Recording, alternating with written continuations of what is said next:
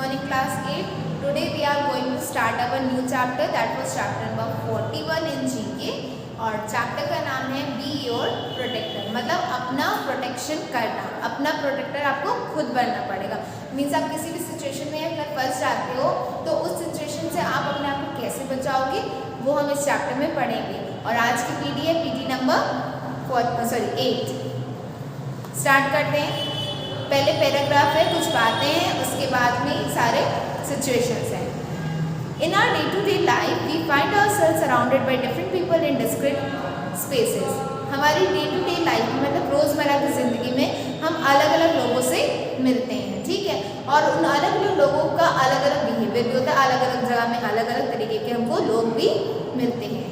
Encounters with people in the social space can be decent but also inappropriate or unwanted. अच्छा, उन अलग अलग जगह में कुछ अलग अलग लोग भी, जैसे कुछ अनवांटेड लोग भी कुछ एक्स्ट्रा बोल जाते हैं या फिर किसी तरीके से दूसरे को हार्म कर चाहते हैं, तो ऐसे लोग भी आपको मिलेंगे। By the time we reach adolescence, the notions of gender, male, female and other identities and their relation become clear to us.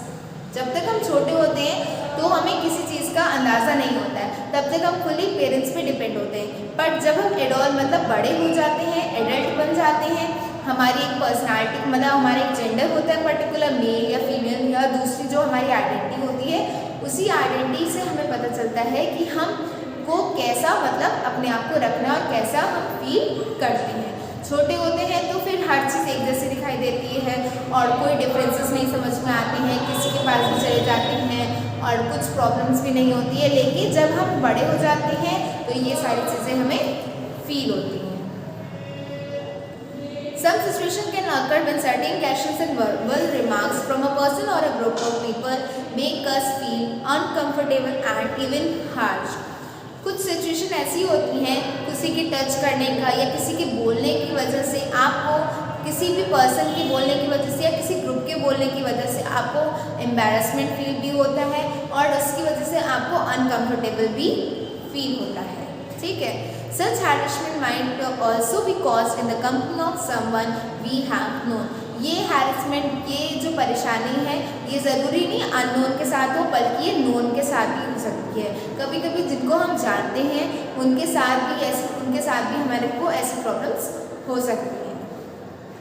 The harassment that initially arises from the notion of gender and enters undesired attention of a sexual nature is categorized as sexual harassment. मतलब जो किसी जब हम बड़े हो जाते हैं, even girls होते हैं या बॉयज़ होते हैं, जब आपको कोई भी टच करता है जिसकी वजह से आपको अनकंफर्टेबल फील होता है, तो इसी को कहते हैं harassment. Sexual harassment can take place irrespective of age, sex, race and social class of the victim and the perpetrator. मतलब इसका मतलब होता है आप उस किस एज में हो, या ऐसे आप छोटे होते हो तो आपको उस एज में चीज़ें समझ में नहीं आती हैं, लेकिन जब आप बड़े हो जाते हो तो आपकी एज वाइज आपको चीज़ें समझ में भी आती हैं। आपकी कास्ट अलग होती है, किस कास्ट से लोग आप मतलब आप किस कास्ट के लोग से बात कर रहे हो, किससे बात कर रहे हो, इस चीज़ की समझ भी आपके अंदर हो जाती है। Such situation mostly unreserved us. However, we shouldn't let the fear overwhelm our senses. Instead, we should develop the maturity and masters inner, encourage to handle such incidents, and make sure that the perpetrator is duly punished. अच्छा, अब क्या है कि हमें क्या बनना है? हाँ, अब हमें क्या करना है? मैच्योर होना है, अपने डर को भगाना है, ठीक है। और कोई भी किसी भी डर को अपने ऊपर हावी होने नहीं देना, मीन्स अपने पूरे सेंस उसमें नहीं लगाने और ना उस चीज़ को सोचना है, उससे दूर होना है। इवन अगर कोई प्रॉब्लम ज़्यादा होती है, कोई सिचुएशन हमारे से हैंडल नहीं होती, तो उसके लिए अपने पेरेंट्स से कंसल्ट भी हम कर सकते हैं, ठीक है। तो यहाँ पे कुछ ऐसी सिचुएशन है जिसमें आप अपने आप को रखना, फील करना और उसके बाद उसका आंसर्स देना। पहली situation, your residence is a 15 minute walk from the bus stop. आपका रेसिडेंस मीन्स आपका घर 15 मिनट की दूरी पे है बस स्टॉप से, ठीक है। After getting down from the school bus in the afternoon you walk your way at home, ठीक है। जब आफ्टरनून पे आप स्कूल बस से उतरते हो और घर जा रहे होते हो, आपके घर के बीच से और बस स्टॉप के बीच में कितनी दूरी है, सिर्फ 15 मिनट की दूरी है। और दोपहर में जब आप स्कूल से आते हो, बस से उतरते हो, ठीक है, और उसी रास्ते से आप घर जा रहे होते हो। A person has been following you from the bus stop for the past few days. कुछ दिनों से आपने नोटिस किया होगा, कुछ दिनों से एक पर्सन आपको बस स्टॉप से लेकर घर तक फॉलो करता जा रहा है। अगर ऐसी सिचुएशन होती है तो आप क्या करोगे? Be scared and not to talk to anybody about it. डरे रहोगे और किसी से उस विषय में बात नहीं करोगे। Second, confront the person straight way, asking the reason for such behavior. If it continues even after that, you will make a police complaint. उस पर्सन से मतलब उससे डायरेक्टली बात करके पूछोगे क्या रीज़न है कि वो उस तरीके का बिहेव कर रहा है, और अगर ये चीज़ कंटिन्यूसली होती जा रही है तो आप पुलिस कंप्लेंट भी कर सकते हो। थर्ड ऑप्शन है turn around and throw a stone at the stalker to injure him her. या तो फिर मुड़ोगे और उसके सर पे पत्थर मार दोगे। तो पहला ऑप्शन क्या इसका आंसर क्या होगा? Confront that person straight away, means उस पर्सन को आप फेस करोगे, उससे बात करोगे, उससे रीज़न पूछोगे, उसके बाद भी अगर वही काम वो दोबारा से करता है तो आप उसकी पुलिस कंप्लेंट भी कर सकते हो। तो फर्स्ट वाले का आंसर होगा बी, लिख देते हैं। फर्स्ट का आंसर है B.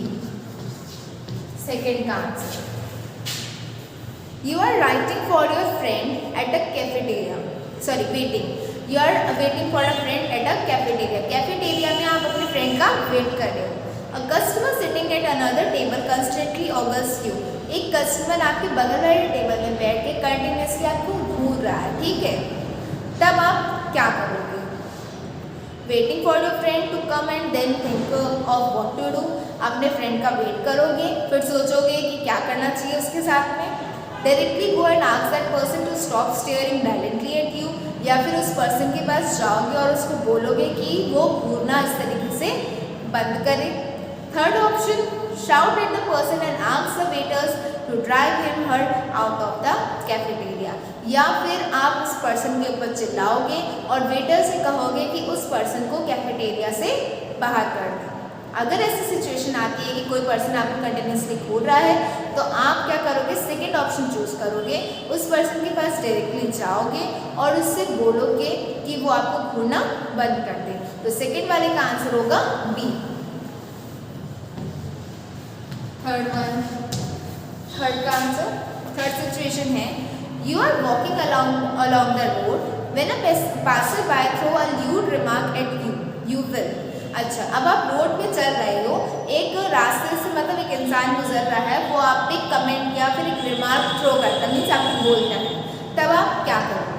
Gate out of that situation immediately and report to the incident to your parents और एनी ट्रस्टेड एडल्ट। या तो उस सिचुएशन से जल्दी बाहर निकलने के लिए आप अपने पेरेंट्स को कंप्लेन करोगे या फिर किसी भी ट्रस्टेड एडल्ट को।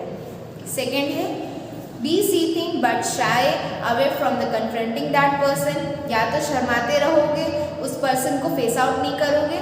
थर्ड ऑप्शन है be extremely perturbed and feel insulted by the remark, you feel so distraught so as to lose the ability to retort back. या तो फिर इंसल्ट सा फील करोगे, उसने अगर आपकी इंसल्ट करी है, कोई आपको कमेंट किया है तो उस कमेंट को मतलब सोचते रहोगे और उसमें अलग अलग फील करते रहोगे। तो इसका आंसर होगा फर्स्ट। उस सिचुएशन से तुरंत बाहर निकलने के लिए आपको अपने पेरेंट्स को बताना होगा।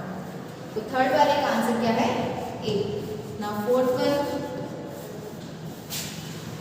You will live in a ground floor apartment. एक आप अपार्टमेंट में रहते हो जिसमें ग्राउंड फ्लोर में आपका घर है। You have often seen a person trying to peek through the bedroom window। आपने देखा कि एक पर्सन है जो आपके बेडरूम के विंडो से आपको झांक रहा है। उस सिचुएशन में आप क्या करोगे? First option, feel creepy and shut your Windows all time even when you suffocate in the room. या तो आप डरा सा फील करोगे और हर टाइम के लिए अपने विंडोज़ को शट ऑफ कर दोगे, और इवन जब रूम सफोकेटेड भी होगा, आपको परेशानी भी हो रही होगी, तब भी आप अपना डर के मारे रूम बंद रखोगे। Second option, decide to report the issue to the security personnel of your building complex or locality. Therefore, you will keep a close watch on the person so that you can give a description of his/her physical appearance.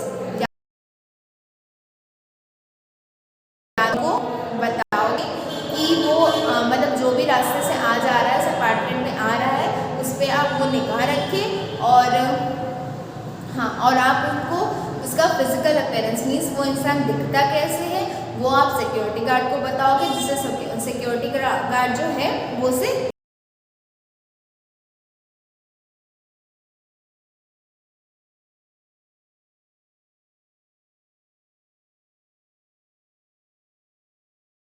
Other room, दूसरा room choose कर लेते हो और फिर वहाँ सोना start कर देते हो। अगर ऐसी सिचुएशन आती है कि कोई आपको घूर रहा है, आपके विंडो से झांक रहा है, तो आप तुरंत सिक्योरिटी गार्ड को बोलोगे, उसका फिजिकल अपीयरेंस मीन्स वो कैसा दिखता है तुरंत उसको बताओगे, जिससे कि जो सिक्योरिटी गार्ड है उसे देखे। तो फोर्थ वाले का आंसर है बी। और लास्ट है फिफ्थ वन। फिफ्थ सिचुएशन है you go to your friends birthday party, आप अपने फ्रेंड के बर्थडे पार्टी में जाते हो। Admits the gathering a person whispered Indian word addressing you will. अच्छा, आप अपने फ्रेंड के बर्थडे पार्टी में जाते हो, कोई भी व्यक्ति वहाँ पे आपका वेलकम करता है और कुछ अलग डिफरेंट वर्ड्स बोलता है, तब आप क्या करोगे? Be scared and sit quietly at one place, एक जगह शांति से डरे डरे बैठ जाओगे। Tell everyone at the party about what happened and make the person apologize for such incidency, या तो सभी पार्टी में जितने लोग होंगे उनको बताओगे और उस पर्सन से माफ़ी मंगवाओगे। Third number, feel disgusted and leave the party immediately, डरे डरे से फील करोगे और उस पार्टी को छोड़ के चले जाओगे। अगर ऐसी सिचुएशन आती है तो आपको सेकेंड ऑप्शन चूज करना है, सबको पार्टी में बताना है और उस पर्सन से मतलब अपोलोजाइज कराना है जो बात उसने कही है उसके लिए। तो फिफ्थ का आंसर है बी। और इसके बाद और कोई सिचुएशंस नहीं है, यही 5 सिचुएशन थी जिससे आपको अपने आप को बचाना है। इन सिचुएशन को आप इस जगह पे आप अपने आप को रख के देखो और फिर सोचो अगर आपके साथ ऐसा होता है तो आप क्या करोगे, इसी के अकॉर्डिंग आप सारी प्रॉब्लम्स को सॉल्व करोगे। ओके क्लास, आज के लिए इतना ही। Thank you and have a good day.